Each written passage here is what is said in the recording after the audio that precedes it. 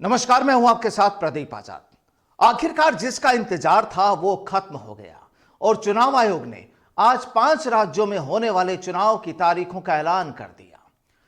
दरअसल इस बार चुनाव आयोग ने जो ऐलान किए हैं उनमें कई चौंकाने वाले जो पॉइंट्स हैं वो सामने आए हैं। जैसे रोड शो नहीं होंगे, पद यात्रा नहीं होगी। दरअसल 15 जनवरी तक इन पर रोक रहेगी बकौल चुनाव आयोग, और जीत के बाद नेता जीत का जश्न भी नहीं मना सकेंगे। चलिए आपको तफसील से बताते हैं आज किए गए चुनाव आयोग के ऐलान के बारे में। दरअसल लंबे समय से इंतजार था और आज शनिवार को 5 राज्यों में विधानसभा चुनाव की तारीखों का ऐलान कर दिया गया है। उत्तर प्रदेश, उत्तराखंड, पंजाब, गोवा और मणिपुर में इन 5 राज्यों में कुल मिलाकर 7 फेज में चुनाव होंगे, 7 चरणों में चुनाव होंगे और इन चुनाव की शुरुआत होगी 10 फरवरी को यूपी से। चुनाव के नतीजे 10 मार्च को ऐलान किए जाएंगे, यानी पूरे एक महीने में 10 फरवरी को पहला इलेक्शन होगा, पहली वोटिंग होगी और उसके बाद 10 मार्च को इन 5 राज्यों के नतीजे आ जाएंगे। चुनाव आयोग ने कहा है कि कोरोना के बीच 5 राज्यों के विधानसभा चुनाव में सख्त प्रोटोकॉल का पालन कराया जाएगा, क्योंकि लगातार सवाल यह भी उठ रहे हैं कि जिस तरीके से कोरोना के मामले पूरे हिंदुस्तान में देखने को मिल रहे हैं, तो उस बीच क्या इलेक्शन होना जरूरी है? क्योंकि जाहिर सी बात है, जब इलेक्शन होते हैं तो काफी भीड़ भाड़ भी होती है, तमाम तरह के कार्यक्रम होते हैं। लेकिन चुनाव आयोग ने तारीखों का ऐलान कर दिया तो जाहिर सी बात है चुनाव होने हैं। लेकिन चुनाव आयोग ने साफ तौर पर सख्त रूप से इस चीज को कह दिया कि जो कोरोना का जो प्रोटोकॉल है उसका पालन कराया जाएगा।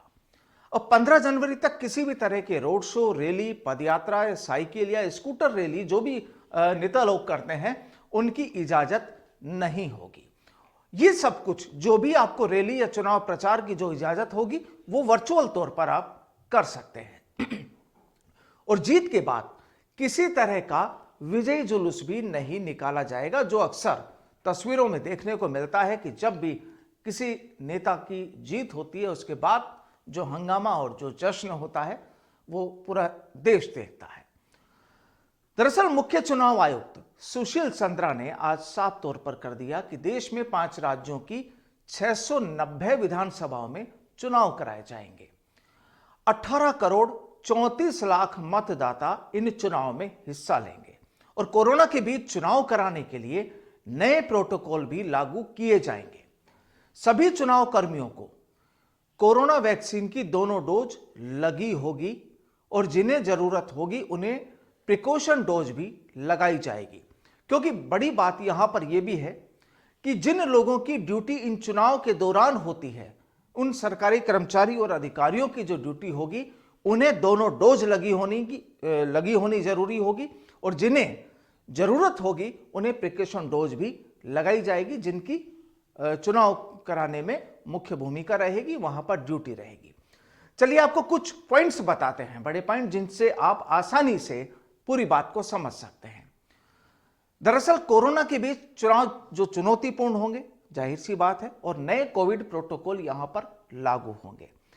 सबसे बड़ी बात कि कोरोना संक्रमित जो भी अगर कोई मतदाता है वो भी वोटिंग कर सकेगा और मरीजों को पोस्टल बैलेट की यहां पर सुविधा होगी। और इस बार 16% पोलिंग बूथ बढ़ाए गए हैं। करीब 2,15,000 से ज्यादा पोलिंग स्टेशन होंगे और एक पोलिंग स्टेशन पर मैक्सिमम वोटर्स की संख्या 1500 से लगभग 1500 से कुछ थोड़ा सा ज्यादा, कहा तो यह भी जा रहा है कि 1000 से ज्यादा यहां पर वोटर्स की तादाद नहीं होगी। चुनावी खर्च की जो सीमा है उसे भी बढ़ाया गया है और अब बड़े राज्यों में जो भी चुनाव लड़ने वाला प्रत्याशी है वो 40 लाख रुपए खर्च कर सकता है। अब दरअसल कुछ गाइडलाइन यहां पर राजनीतिक दलों के लिए भी लागू की गई है। एक तो सभी कार्यक्रमों की यहां वीडियोग्राफी होगी, जो भी आयोजन होंगे पार्टीज के उनकी वीडियोग्राफी होगी, यह बेहद जरूरी होगा। हर दलों के अपने उम्मीदवारों के आपराधिक रिकॉर्ड की घोषणा भी करनी होगी। यानी जब भी कोई भी प्रत्याशी जो अपना चुनाव लड़ने का जो फॉर्म भरेगा उसमें तमाम तरह की वो घोषणाएं होंगी कि किस तरीके के आपराधिक मुकदमे, आपराधिक मामले, कहां पर वो आरोपी है, कहां पर उसके खिलाफ मामले दर्ज हैं। यानी उम्मीदवार को अपना पूरा आपराधिक इतिहास भी बताना होगा। यूपी, पंजाब और उत्तराखंड में 40 लाख रुपए हर कैंडिडेट खर्च कर पाएगा। मणिपुर और गोवा में ये जो खर्च की जो सीमा है इसे 40 लाख नहीं बल्कि 28 लाख रुपए तय की गई है। तो राजनीतिक दलों के लिए ये गाइडलाइंस थी जिसमें कंप्लीट जो भी उनको खर्च करना है उसकी भी सीमाएं उन्होंने दे दी हैं। अब आपको बताते हैं कि 5 राज्यों के जो विधानसभा चुनाव का शेड्यूल क्या होगा। दरअसल पहला चरण 10 फरवरी को होगा, यूपी से उसका आगाज होगा। दूसरा चरण 14 फरवरी को होगा, यानी ये चरण का मतलब यहां पर उस दिन वोटिंग होगी। और दूसरा चरण जो होगा वो 14 फरवरी को होगा। 14 फरवरी को यूपी के साथ साथ पंजाब, उत्तराखंड और गोवा में वोटिंग होगी। तीसरे चरण की तारीख तय की गई है 20 फरवरी और 20 फरवरी को केवल तीसरे चरण का जो मतदान होगा वो यूपी में होगा। चौथे चरण की तारीख मुकर्रर की गई है 23 फरवरी और 23 फरवरी भी यूपी के लिए होगी, यूपी में इलेक्शन होगा। पांचवा चरण जो होगा वो होगा 27 फरवरी को और 27 तारीख को यानी 27 फरवरी को यूपी के साथ साथ मणिपुर में भी वोटिंग होगी। छठे चरण में 3 मार्च की तारीख मुकर्रर की गई है जिसमें यूपी के साथ साथ मणिपुर में वोटिंग होगी। सातवां जो चरण होगा वो होगा 7 मार्च को और 7वां चरण होगा उत्तर प्रदेश के लिए। अब इन 5 राज्यों में 7 चरणों में जो भी वोटिंग होगी, जो इलेक्शन होगा, उसका फाइनल जो नतीजा आएगा वो होगा 10 मार्च को।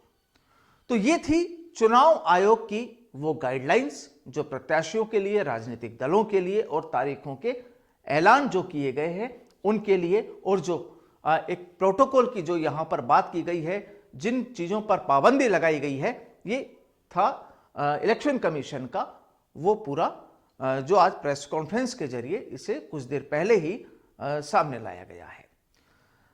अब कुछ राजनीति की अगर लगे हाथ इस पर बात कर लें तो उत्तर प्रदेश में भाजपा को कुल 325 सीटें हासिल हुई थी। 2017 के विधानसभा चुनाव में भाजपा प्लस को 325 सीटें मिली थी। 2019 के लोकसभा चुनाव में 80 सीटों में से भाजपा 64 सीटें मिली थी, यानी भाजपा प्लस। और दोनों ही चुनाव में सबसे खराब परफॉर्मेंस कांग्रेस का था। दरअसल यूपी, पंजाब, इन दो राज्यों पर हिंदुस्तान के लोगों की निगाहें ज्यादा टिकी हुई होंगी, क्योंकि एक तरफ हाल ही में जो पंजाब का मसला हुआ उसके बाद, और यूपी में जो जहां 7 चरणों में जो सबसे ज्यादा जहां पर सीटें हैं वहां पर सभी लोगों की नजरें होंगी और नजरें इलेक्शन कमीशन की भी रहेगी। फिलहाल के लिए नमस्कार।